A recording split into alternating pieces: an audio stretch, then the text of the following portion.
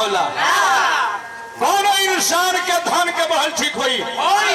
जेकर मन बढ़ जाई ओकर तीन चीज चल जाई धन चल जाई धर्म चल जाई संग में बल चल जाई मन मन बतिया प्रमाण पढ़ के देख लो रावण गुरुराज मथुरा में कंस ये लोग हो गए विध्वंस तो टर्मिनरी टर्निंग दी है सारू भाई और ऐसे लगा मास्टर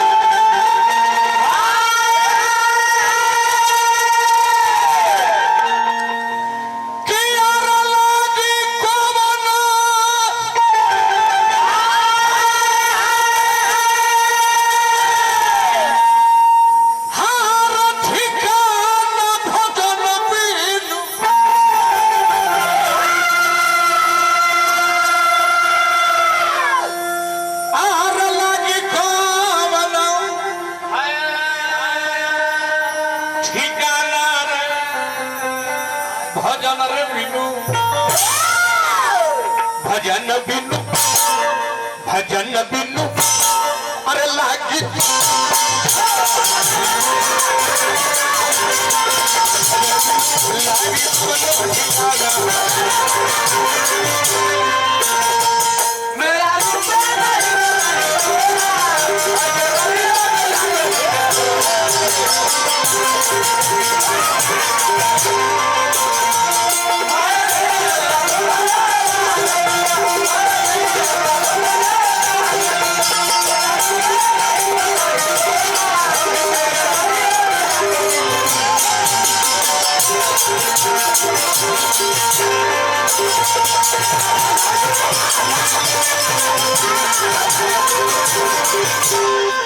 तिवारी बाबा से 1000 रुपए के पुरस्कार पर हार्दिक हार्दिक प्रणाम बा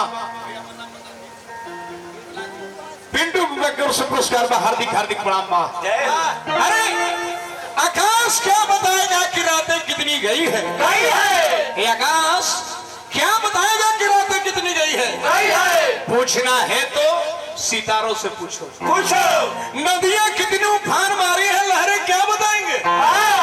पूछना है तो उस किनारों से पूछो हम कितने बुरे हैं ये लोग क्या बताएंगे पूछना है तो अपने आप से पूछो अरे दुल्हन कितनी रोई है बारात क्या बताएंगे पूछना है तो कहारों से पूछो दुल्हन कितनी रोई है बारात क्या बताएंगे पूछना है तो कहारों से पूछो चाहे उसके साथ जाने वाले सारों से पूछो चाहे पाहुन से पूछो ये सिंगल मुर्गी में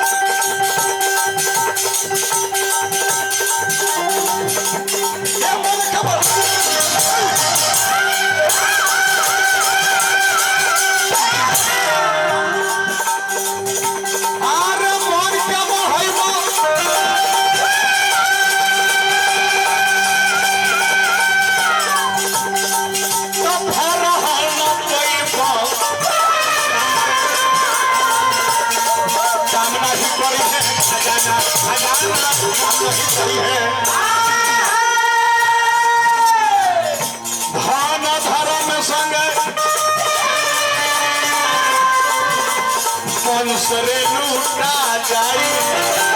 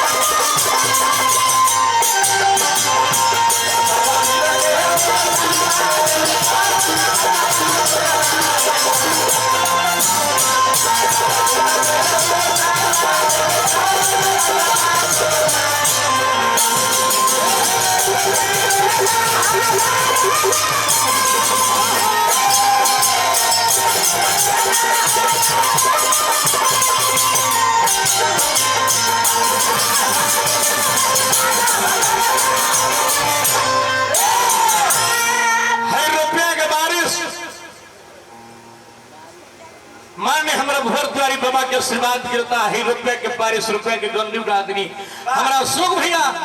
बड़ी सुंदर कलाकार बाली मुखी हमारे भोरद्वारी बहुत बहुत रुपए के पुरस्कार बाबा के हार्दिक हार्दिक प्रणाम अशोक भैया से बड़ी सुंदर कलाकार बड़ी बड़ी रुपए के पुरस्कार देनी हार्दिक हार्दिक प्रणाम मन बढ़ जाए तो 3 चीज लुटाइए जाए एक खातिर धन के बढ़ल ठीक बा मन के बढ़ल ठीक धरती जो अगर हो भैया ये जब 10 का 12 वाला के गुमान ना चलो और वही प्रकाशन दिल्ली फिर तुम्हारा पुरस्कार पद प्रतिशत काली माई बनल रही यही कामना करो हम ये सत्याई तेरे लगाओ तेरे स्मार्ट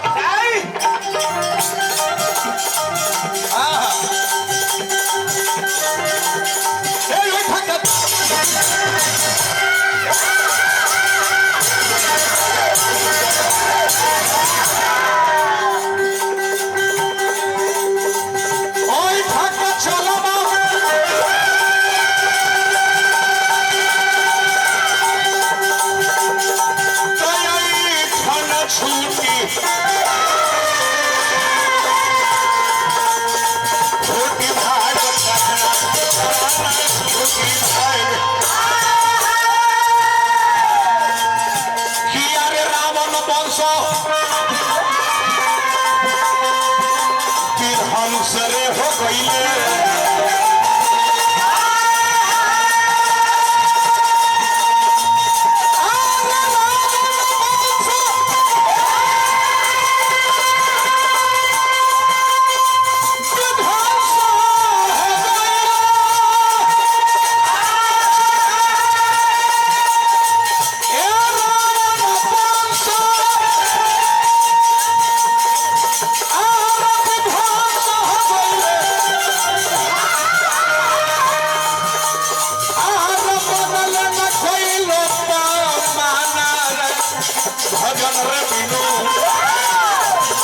भजन बिनु